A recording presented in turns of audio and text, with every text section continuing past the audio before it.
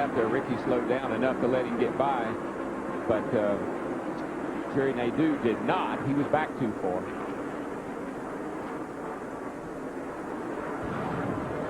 Now, when the caution came out, it was Robbie Gordon just ahead of Ricky Rudd in danger of going a lap down. That's because the caution was coming out. I'm thinking Ricky probably wouldn't have, obviously didn't force the issue, and probably wouldn't. You see Bobby Hamilton coming about on the inside here to get back on the lead lap. And Robbie Gordon saves from going a lap down. And you might say, that Robbie Gordon, I can't believe he did that. But folks, I mean, we're 35 laps into the race. To do that.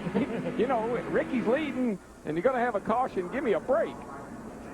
No question, pit road will be busy. Everybody 4 tires, making those adjustments. Crew chief doing some serious interrogating right now. What's your car doing? The scanners are busy. There are your leaders in amongst race traffic. Cars that are a lap down are not allowed to pit this time. They'll pit on the second lap that the pit road is open. And the Yates cars come in 1 and 2. 45 miles an hour. Down pit road. Pit road still a little bit damp, a little bit wet. Steve Burns. Jeremy Mayfield to the attention of Sammy John's crew. Ray Evernham looking for the pit box. Larry, they had talked about making a track bar adjustment, but they're just going to open up the stagger a little bit to make an air pressure adjustment on the 19. Dick Bergeron. Ricky Rudd has stopped perfectly in his pit box. He stopped toward the back end of it. He's got nobody behind him. He's got Mark Martin in front of him. That'll give him a good spot of room to get out. No changes. The car is absolutely the way Rudd wants it. Here in the 9th, he is already down to the way, but Ricky Rudd will beat him off. Elliott will come out second. They made a track bar adjustment and air pressure adjustment. Elliott was happy with the car on entry, but it was tight from the center off. Stacy Compton came in 4th and lost, looks like about 8 positions. Yeah, he lost a bunch. So 37 laps are complete. This first caution flag, the drivers were told in their meeting that NASCAR would waive a caution at 35 laps so they could check tire wear. That's where we are here in Texas. Today's Track Facts brought to you by Pizza Hut's Pizzone. Two first-time winners here, Jeff Burton, Dale Earnhardt Jr. in the 5 Winston Cup races. The track was repaved last June, so 12 drivers broke the previous record in qualifying. Let's update you. Oh, Pizza Hut's Pizzone, the pizza you eat like a sandwich. Pronounced that right. All right, pit stops. Let's kind of recap for you here. Ricky Rudd in and out first. DJ and Elliott swapped spots. Elliott had the first pit stall way down the end. That helped there. Stacy Compton did lose 10 spots on pit road. Earnhardt Jr. came in and out 5th. It could take Stacy Compton many laps to make up those lost 10 positions. But how about Tony Stewart, Larry? And look at here. Look at the difference between Stewart and look at Compton. 5 seconds. There it is right there. 7 seconds on the pit stop itself. Tony Stewart, that group, they do that every week. Good efficiency on pit road. Well, 2 things. They probably had to, maybe they adjusted on Compton's car. They didn't do anything to Tony's because he was coming up through the field.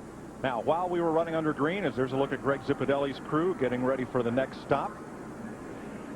Stewart started 29th. He had moved up to 11th on the racetrack under green, gain of 18 positions. Jimmy Spencer had moved up 9 spots. Rusty Wallace had moved up 14 positions. And Ryan Newman had gained 17 positions under green prior to this competition yellow. Steve Burns? Mike, as we said, Sterling Marlin wasn't making any move to the front. On that stop, they took 1 pound out of the right rear, 1 pound in the right rear. And the big adjustment, Larry Mack talked about it, they took a spring rubber out of the left rear spring. To Dick Bergeron. The tires that I took a look at that came off the cars that are around me all look very, very good. No tire problems at all. Elliott Sadler started in 2nd position. Car a bit too tight. He had dropped back to 14th spot, came out of the pits in 16th. They worked on tape, and they also changed the track bar. How about Ryan Newman? He gained 17 positions on the racetrack and another 9 positions on his pit stop. Well, you know, we were shocked. No better than qualify. Getting ready to go back to green here, and they had a problem. We'll talk about that. Yeah, we can talk about that a little bit here. That's much more important. Absolutely. Get ready. Green flag. Bill Elliott trying to, Ricky Rudd trying to keep Jay Sauter in the Dave Marcus 71 a lap down. Could have been a scrambling further back. Yeah, there were some things going on back there, and I'm not sure it was totally legal. You mean like passing on the inside before the line? Yeah, I'm not sure if that's All right or not. We'll find out, I guess. Boy, look at Stewart. Whoa, he's on the high side right there. This is lap car that's below him right there, and the lap car in front of him. Jay Sauter in that 71. He's going to try to split him, but I don't think that's going to work, Tony. Well, Brent Bodine eased up and gave Tony a spot to get in that low groove, or, as Ken Schrader says, it could have been big. In the middle of all that, he went by Dale Earnhardt Jr. for the 5th place. Here's a pass for the lead teammates. Dale Jarrett, that 88, he's going to bring Bill Elliott with him. Ricky knew he was too high to get down in the corner, getting into 3. Well, he was very smart. He didn't want to cut down in front of DJ because he knew he had a big run. Don't want to cause a big wreck right here in the front of the field, knock himself out early. Good job on the spotter's part. Right now is when everybody's got to be on their toes, drivers, spotters, everybody, because these cars bunched up this way with new tires. Somebody will get loose, low air. Don't want an accident right now. You know, Mike, we look at Bill Elliott running in second, the 9 car, and Jeremy Mayfield in the 19 car. It's one of the few operations, and we talked to Bill this morning, that had no team come out here and test it. Bill didn't come test, Jeremy didn't test, Casey Atwood did test. It's one of the few operations that at least didn't have one team to come here and test that they could draw information from. But I believe that's a culmination of that Dodge philosophy. All 10 teams working together. All the cars don't have to test because of the way they operate. Yeah, they share a lot of information between the 10 teams that Dodge supports, one of which right now is having some problems. Matt? Mike Warburton is struggling with his 22. Tommy, besides pulling out the fender, what did you do to the car on the last pit stop? We don't have any radio contact with him, so we really can't tell what's going on with the car right now. But we're throwing some parts in there, and they're off the radios and the harnesses, so I'm trying to get him to switch them out so we can get some contact with him. But we'll have to hold on, hopefully get a caution. We'll have some time to fix on his radio. We think the car is tight, so we made some adjustments to loosen him up. That's Tommy Baldwin, Ward Burton's crew chief. He's faded from 30th all the way back to 36, Mike. And it's not just that he can't communicate with Tommy. More importantly, he can't hear that spotter when we're out racing under green. Yeah, the question I would have is, can he hear them, but they can't talk to, you know, can he hear them, but he can't respond? Bobby Labonte, Mark Martin, Michael Waltrip. This is at 12th place. How about it, Matt? Well, Mike, he can actually hear the crew and his spotter, but the crew cannot hear him, so they're actually having to use hand signals, like in the old days, DW. Yeah. To tell the team what the car is doing. Have they got a pit board, Matt? That's how it used to communicate, is have a big chalkboard and write messages on it to the driver. Well, everybody, you know, I told you about think on the dashboard, but usually think you had 1, 2, 3, 4. You pat on the roof if you were loose, wanted wedge in. You pat on the door if you were tight, wanted wedge out. Pat on your helmet if you needed a relief driver. And you could gesture out the window another way and say, this thing is terrible. I can't drive it no way. And then you pat your foot if you had to go to the bathroom. Rewind. Darrell, with today's safety enhancements, you can't get that hand out the door to tap that door or the roof. Caution is out. Debris in the front straightaway is the reason. And this is also the other reason, so everybody take a deep breath here because we're getting a little tense. Like I said, after those pit stops, you're going to have some guys coming and some guys going. And the fast guys are running over the slow guys. Back it down. No threat from behind. Nobody was trying to get a lap back from Dale Jarrett. He's side window. Right out of the right window. side. Yeah. We saw that happen to Brett Bodine a few weeks ago. Whoever that came out of, they will have to come to pit road and replace that window. Most teams will carry a spare window because NASCAR says at a track a mile or bigger, you cannot run without a right side window. 1.5 miles or bigger, this being a 1.5 mile racetrack. And the reason they run that window, that's one of the things that NASCAR figured out a few years ago. If the car starts to spin, it will sit the car back down. It's red again. Red again. Red Bodine. What if it's the same car? I don't know. A lot of teams run the same car here. I know it's not the same window. No. What that does is that when you close off the right side of the car, when the car starts to go into yaw, it actually acts as like a big shield, as a big wedge, and it'll actually plant the car with the whole right side covered up. We talk often about Brett being the last owner-driver on the circuit, and he is the last independently driver-owned team. We kind of forget that Kyle Petty is an owner-driver. Now, he owns and runs Petty Enterprises, which is a 3-car team, but we can't forget that Kyle is an owner and a driver, too. He got big headaches. He got 3 times the headache. We're under caution in Texas.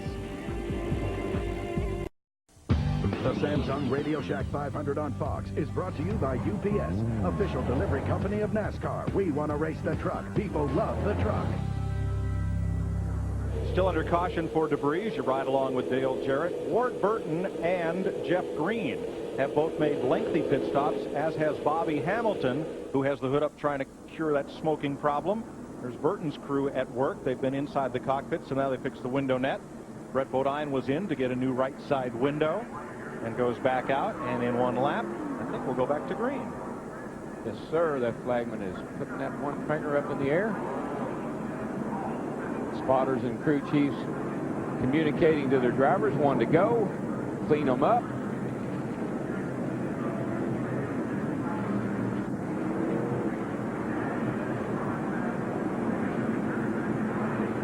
Time for today's Ford No Boundaries moment.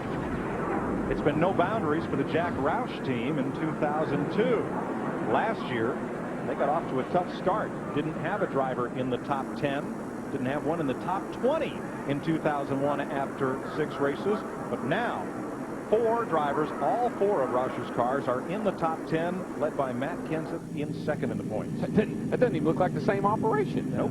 Dick Berger. Yeah, let's get a little specific about things. Remember who won 2 weeks ago in Bristol, Tennessee? Kurt Busch drives for Jack Roush. Let's take a look at Mark Martin. 8th in points right now compared to 23rd last year.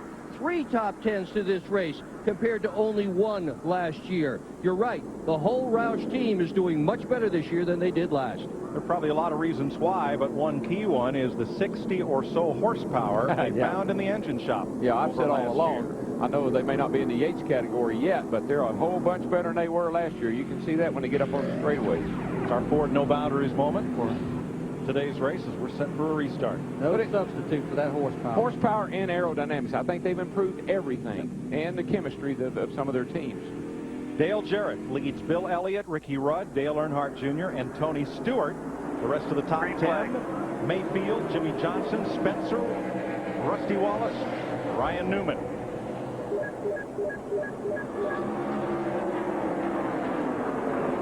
Again, these cautions are falling just right for some of these guys. Another chance to improve the car, because we didn't have any practice. So every time some of these guys come in, they're going to continue to get better and better and better. And most of the leaders, they decided not to give up that track position after only running 7 green laps. But the guys at the rear, nothing to really lose, come in. Not so much get fresh tires as much as make those adjustments. Yeah. Remember when the first caution flew, as we watched Jimmy Johnson and Jimmy Spencer go at it side by side, this man, Robbie Gordon, was in danger of being lapped, and he had to change lanes to keep Ricky Rudd from lapping him before the caution. He's had good pit stops and improved on his car. He's up to 16th. And to add another element to it, just remember, no laps at all this week with this race car. Wreck qualifying, racetrack was never on the race car was never on the racetrack. Jimmy Johnson trying to work in that high groove. He had a run on Jeremy Mayfield, but there's Shauna Robinson. Frustrating when you got to run on. It's going to cost Jimmy a lot of spots because he can't get down out of behind. Oh, get in there. Well, boy, he tried. Just wasn't enough room. He had his blinker on, but nobody was noticing. But look at Bobby Labonte right behind this group in the 18 car, pulling up beside Ryan Newman in the 12. He's on the bottom.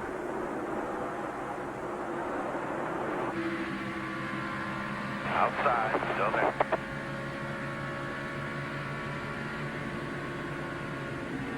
Outside. Well, now the lap car's on the inside.